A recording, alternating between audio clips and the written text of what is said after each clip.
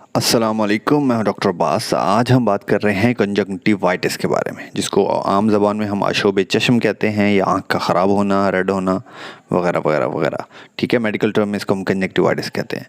तो ये भी बहुत कॉमन है और कोई बहुत बड़ी कोई ख़तरनाक कंडीशन नहीं है। आपकी आई किसी भी वजह से, इन्फेक्शन की वजह से, एलर्जी की वजह से रेड हो सकती है, सुर्ख हो सकती है, पानी निकल सकता है उसमें से, आपको ख़ारिश हो सकती है बहुत ज़्यादा।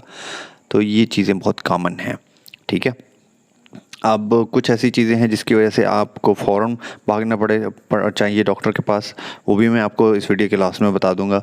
लेकिन ज़्यादातर इस तरह की कंडीशन जो है वो बहुत ही नॉर्मल है और विद इन 2 हफ्तों के अंदर नॉर्मली ये ठीक हो जाती है। इसके काजेज़ में जैसे मैंने बताया कि एलर्जी हो सकती है, इन्फेक्शन हो सकती है। एलर्जी जो है वो डस्ट एलर्जी हो सकती है आपको, या फिर आपको कॉन्टैक्ट लेंस अगर आप पहनते हैं, कुछ हमारी बहनें जिनको लेंस पहनने का बहुत शौक़ होता है, तो उनसे भी अक्सर औरतों को एलर्जी हो जाती है और उस एलर्जी की वजह से बहुत ज़्यादा पानी और रेड आई हो जाता है। तो आपने करना क्या है, अगर आप लेंस यूज़ करते हैं तो सबसे पहले उसको अवॉइड करें। दूसरा आपने क्या करना है कि आपने कॉटन वूल, कॉटन ये स्वैब्स लेने हैं, उनको क्लीन वालों को, और एक पानी लेना है, पानी को बॉईल करना है। ये वो चीज़ें जो आप घर पे कर सकते हैं। पानी को बॉईल करके फिर आप उसको ठंडा कर लें और फिर इन कॉटन स्वैब्स को जो है उसमें डबो कर गीला करके आप अपनी आइज़ को जेंटली बहुत आसानी से रब करके साफ़ कर दिया कर लें। ठीक है, ये दिन में 3-4 बार आप करें। उसके अलावा कोल्ड ठंडे पानी से, हल्के ठंडे पानी से आँखों के जो है आँखों को क्लियर करें, साफ़ करें। ये छोटी चीज़ें हैं जो आप घर पे कर सकते हैं और आपकी आइज़ काफ़ी बेहतर हो जाती हैं। नॉर्मली आपको किसी भी क्रीम की या कतरों के डालने की ज़रूरत नहीं होती, क्योंकि ये ऑटो लिमिटिंग डिजीज़ है, खुद ही ठीक हो जाती है। लेकिन हमारी कौम को बहुत ज़्यादा जल्दी होती है, वो फ़ौरन ही शाम को जाके क्रीम भी ले आएंगे और एंटीबायोटिक्स इस्तेमाल कर डालेंगे, तो वो चीज़ ऑब्वियसली आप अपनी इम्यूनिटी को और ज़्यादा ख़राब कर लेते हैं। तो नॉर्मली ये चीज़ें करने की ज़रूरत नहीं है। जो चीज़ें करने की हैं कि जी, लेंस ना पहने हैं, कोल्ड स्वैब्स यूज़ करें, ठंडे पानी से आँखों को साफ़ करें, अपने हाथ बार बार धोएं, क्योंकि अगर आपकी एक आँख में इन्फेक्शन है और आप एक आँख को हाथ लगाएं और फिर उसके बाद हाथ ना धोएं और दूसरी आँख को लगा लें, तो आप एक आई से दूसरी आँख में भी अपनी इन्फेक्शन मुंतकिल खुद कर लेते हैं।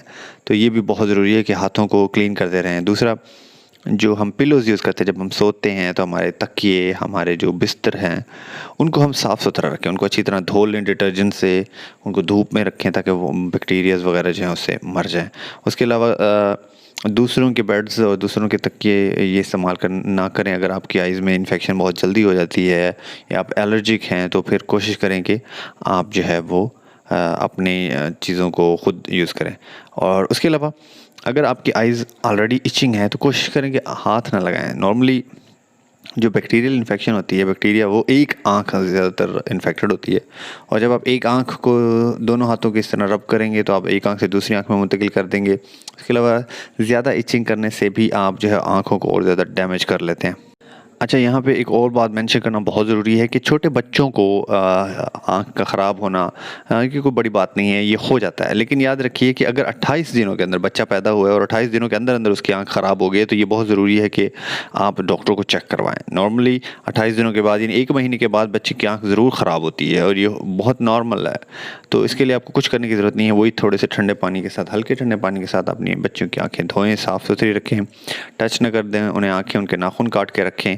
उसके अलावा अगर मदर जो है वो ब्रेस्ट फीडिंग करा रही है, तो एक और चीज़ बड़ी काम की कर सकती है कि वो अपना ब्रेस्ट मिल्क जो है वो साफ़ करके, जो ब्रेस्ट मिल्क जो है वो डायरेक्ट आँखों में डाल सकती है, उससे भी काफ़ी ज़्यादा। तो कब आपने डॉक्टर के पास जाना है और आपको चेक कराना बहुत ज़रूरी है, उसके लिए इम्पोर्टेंट है कि अगर आपको ये फ़ील हो कि आपकी आँख की जो बिनाई है वो कम हो रही है, या आपकी आँख जो है वो लाइट को बर्दाश्त नहीं कर पा रही, एकदम से आपकी आँखों के सामने धब्बे से फ़ील होते हैं, बहुत ज़्यादा सर में भी दर्द है साथ में, तो वो एक अलामत हो सकती है कि आपकी आई का प्रेशर बहुत ज़्यादा रेज़्ड है। साथ में उल्टियाँ आ रही हैं, वो भी एक अलामत हो सकती है। आँख में कोई चीज़ चली जाए जो कि चुभने वाली हो, तो उसके लिए भी जाना बहुत ज़रूरी है। या बहुत ज़्यादा स्वेलिंग हो रही हो आपकी आँखों के इर्द-गिर्द, जिसको हम पेरी ऑर्बिटल इन्फेक्शन कहते हैं, वो भी बहुत ख़तरनाक हो सकती है।